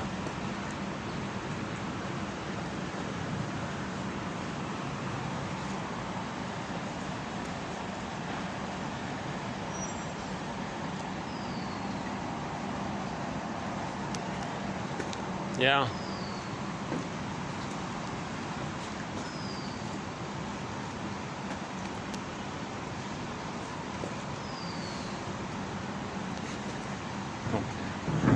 Okay. Well, when I turn this this camera off, I'll just sit here for a little while, finish my ridiculously overpriced coffee. Yeah, prices really are jumping up in such a short time here. Just in the short time I've been here, prices just keep jumping up.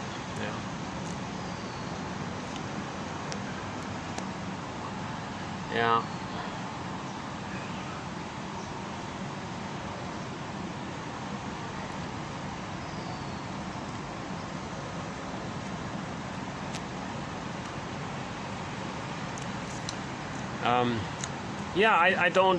I very rarely ask for donations, but yeah, it would be a huge help.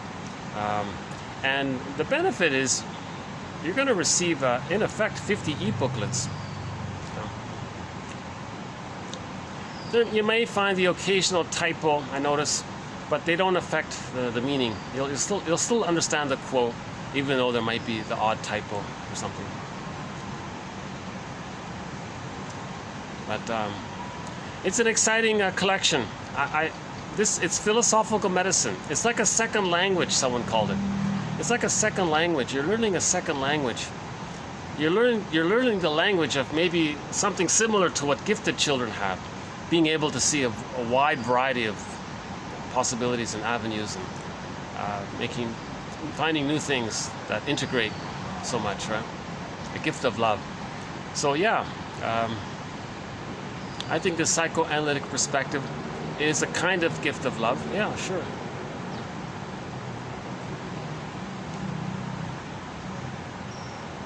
Yeah, Claude McKenzie, our singer there.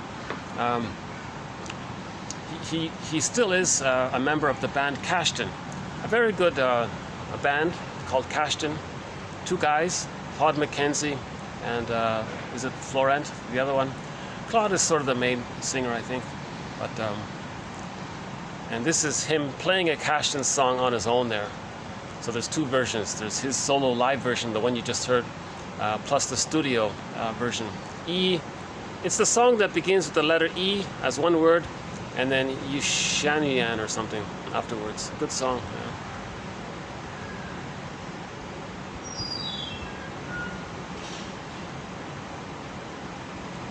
He only has one song in English. We did play it actually. He only sings one song in English. Something about tears. Taste of Tears, is that the one? It's okay. Yeah, Taste of Tears.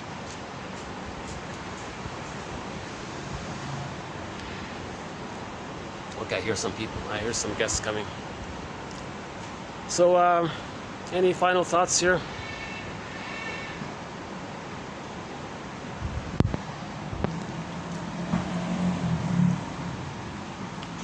Well, one work of art I think is that self-help exercise called the 5 words. It's a question prompt. What's the hardest thing about, and you fill in the blank. So whatever you're thinking about, whatever you're going through, whatever's going on in your life, ask yourself, what's the hardest thing about, okay, that thing you have in mind. So for me, what's the hardest thing about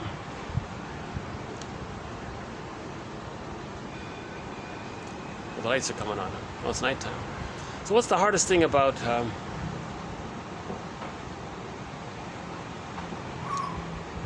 settling into some place where I can do my videos? Well, I'm facing my constant disappointments that I find a place and there's something, it's one thing or another, like it's too many people, or maybe it's too expensive or something.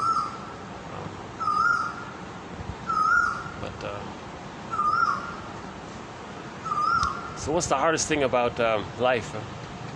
The reality of daily life. The reality of daily life. What's that? Well, I gotta face my nerves. I gotta face my nervous response to daily life. Okay, go on. Well, yeah. Does that mean I gotta organize my life so I'm not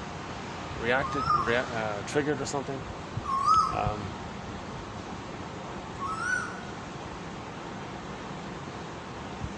So, on the one hand, you think you gotta be more careful about not being triggered. On the other hand, you want to live your life and live with the triggers, I guess. Yeah, that's true. So you want to notice the two sides, right?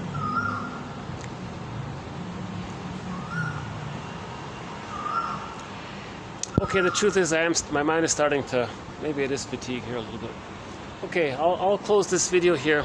I hope some of this nonetheless has offered some stimulation of thought, food for thought, in one way or another. I'll update this topic on the psychology of art. I think the takeaway message is, if you see art, notice how it reflects something unconscious. What do you associate when you see it? So like that one there with the onion, I thought about home. Okay, so immediately my thinking that this palm tree reminds me of home. So that's why I found that appealing, this palm tree appealing. Because I can project onto it, right? I can project something that's in my unconscious, right? So we project, right? We project onto things. So you want to talk about your projections so you can own them.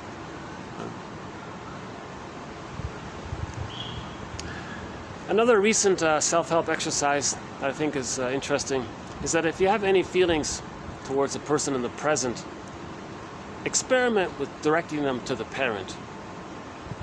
So if you're triggered, those thoughts, emotions are meant for the parent. But see, we don't like to do that because we're still protecting the parent.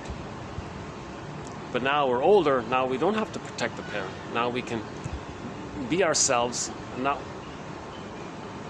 the baby's meant to have the right to express their feelings, but we learned that they can't do it. Now we have to, so we want to heal that. Right? That kind of thing.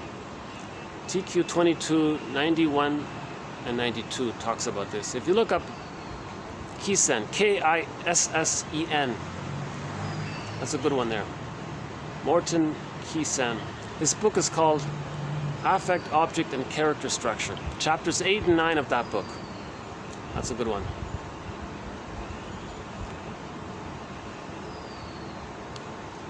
Okay,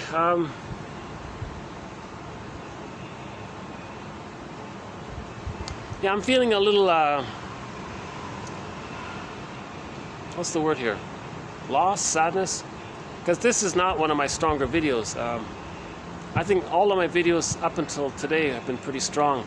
I feel like I'm entering into a bit of a lull now with this video. So maybe I will take a little break with the videos and save up some good quotes for the next video. Yeah. So it might take a few days or a week or something. Yeah. Yeah, I noticed that. I can have a run of very strong videos, then there might be a little lull there. And I'm still mourning the loss of all of my good videos that got lost. In the summer, between May and August, I had a run. I had some excellent videos. I was getting 20, 30 clicks, views on my videos. And mysteriously, those 17 videos got lost. I don't know why. Maybe because I was getting double digits, maybe something clicked in and it got deleted. I don't know. And those are my best videos. But a recent video of mine did get about 20 views. So that's encouraging. So one of my recent videos. So I feel like maybe I'm slowly maybe going to get back to that momentum I had in the summer. So I'm still trying to get back to some of that momentum. In the summer, we talked a lot about Melanie Klein's theory about the positions. Some great stuff. Mel Faber's theory about religion. Right? We did some self-help exercises. We played lots of songs. Yeah.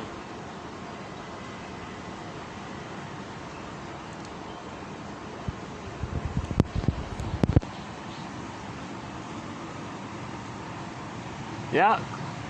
Claude McKenzie's still around. His most recent single, it was an honorable effort. I don't think it became a hit or anything. It's called Chicane or something. Chicane or Chicane. It's okay. It's okay. I'm not gonna play it, but many of Claude McKenzie's songs we do play. He plays a great song. What's it called again? Tipshinanu or something. If you go to Cashton and look up the song Tipshinanu, Tipshinaninan or something, T-I-P, the one that begins with T-I-P something. That's a great song.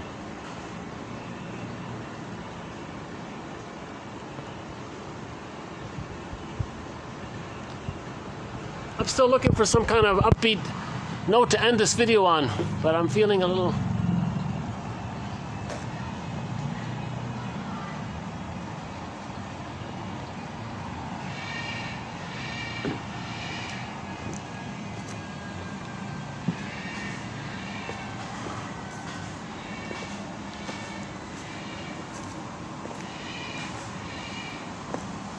One last little walk down here. Let's see.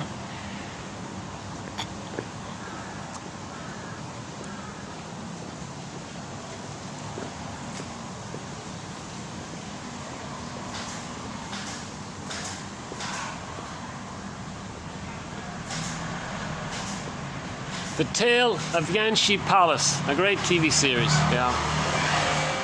Enjoyed that a lot. Yeah.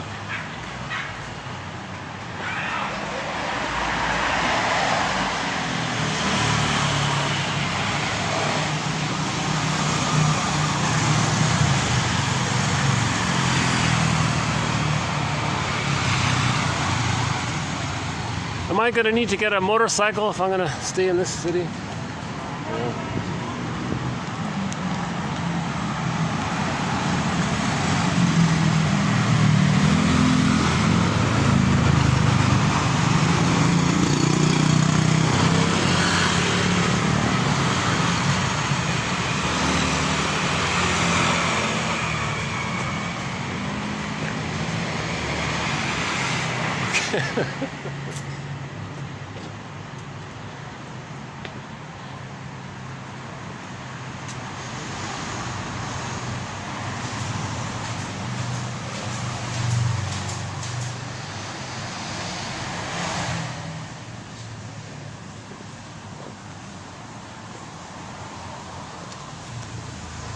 So those motorcyclists are on the road home So we're looking for our home. Many of them are going home, right? It's almost 6 o'clock. So that's what the psychoanalytic perspective is all about, to find our inner home. Right? Odysseus did it. He found Ithaca. He found his home. He had it at the beginning of the story, okay, and he returned to it. So we're looking for our inner home, our embodiment. Robert Bly says we all live in a psychic house called the soul castle. Okay, so in the story of the Odyssey, it was called Ithaca. Oh, here's a cute little character. Hold on a sec. Maybe we'll just end up here with this image here. You know, one metaphor about the boy riding the bull. You see, there's I think Merriam Woodman talked about. Somebody talked about this image of the. I remember someone saying that the image of the little boy riding the bull, it means we're in harmony with our instinctual life, our body. So the boy can ride that ox or whatever it is, and that's an image of. She said that we want to have that connection to ourselves, like we want to ride our own bodies, so to speak, like have our connection to our bodies. We want to be connected to our bodies. Right? So we're looking for, that's called looking for our home. So we're all looking for home. Meaning our inner home, right? Our connection to ourselves.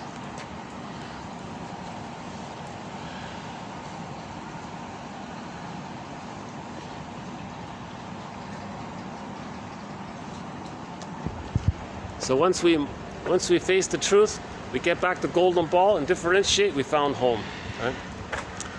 Okay, on that note, I'll just close the video for now today. So again, thanks again. I'll see you in the next video.